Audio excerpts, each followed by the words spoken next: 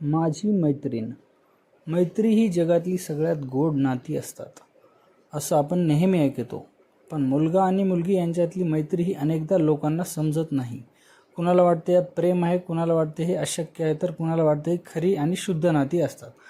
ही कथा आहे आदित्य आणि स्वरा यांच्या मैत्रीची. आदित्य नुकताच पुण्यातल्या मोठ्या कॉलेजमधून BA करण्यासाठी दाखल झाला होता. नवीन जागा, नवीन लोक, नवीन वर्ग, सगळं काही त्याच्यासाठी एकदम ताजं होतं.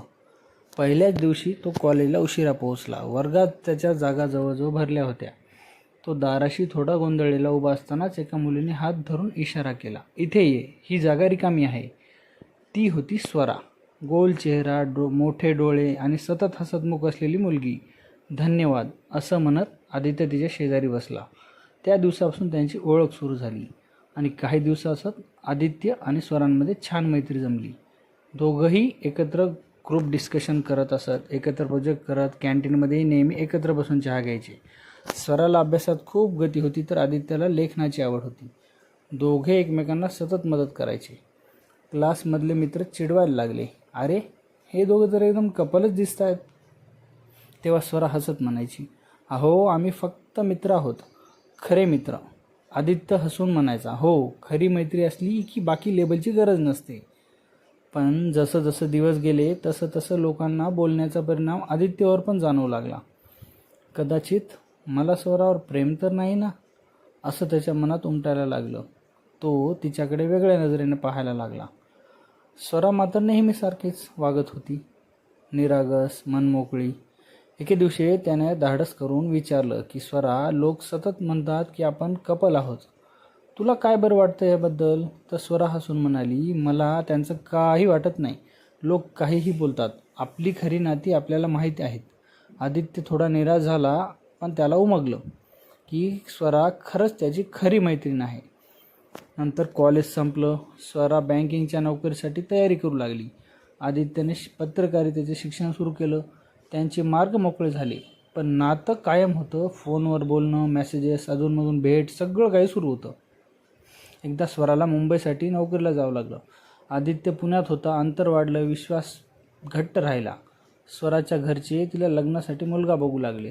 पण प्रत्येक वेळी कुठेतरी तिला आदित्यची आठवण यायची. तिला वाटायचं, खरंच मला याच्यावर प्रेम आहे का? पण मग ती स्वतःलाच म्हणायची, नाही नाही, ही फक्त खरी मैत्री आहे, यापेक्षा वेगळं काही नाही. एके दिवशी एका लग्नाच्या कार्यक्रमाला आदित्य आणि स्वरा परत एकदा भेटले.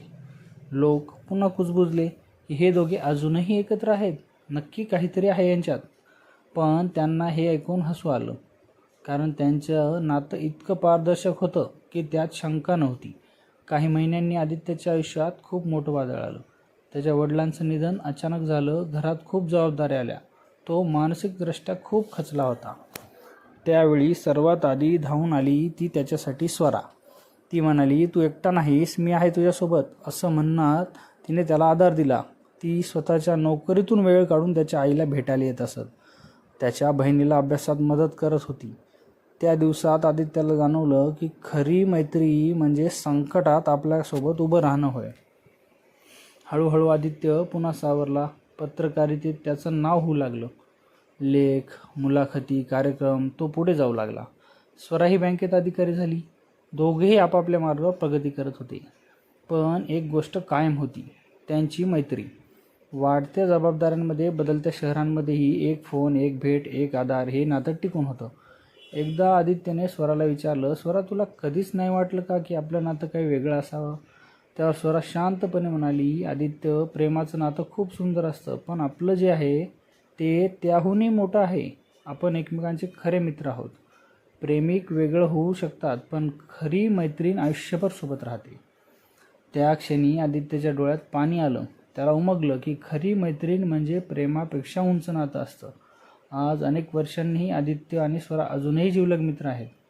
स्वराचं लग्न झालं, तिला मुलगी झाली. आदित्य पत्रकारितेत मोठं नाव झालं, पण त्यांच्या आयुष्यातला तो मैत्रीचा धागा अजूनही तितकाच घट्ट आहे. लोक अजूनही कधीमधी विचारतात की, "तुम्ही लग्न का नाही केलं एकमेकांशी?" तेव्हा ते दोघंही स्मित हास्य करत त्यांना म्हणतात की कारण आमचं नातं त्याहीपेक्षा मोठं होतं, ते म्हणजे खरी मैत्री.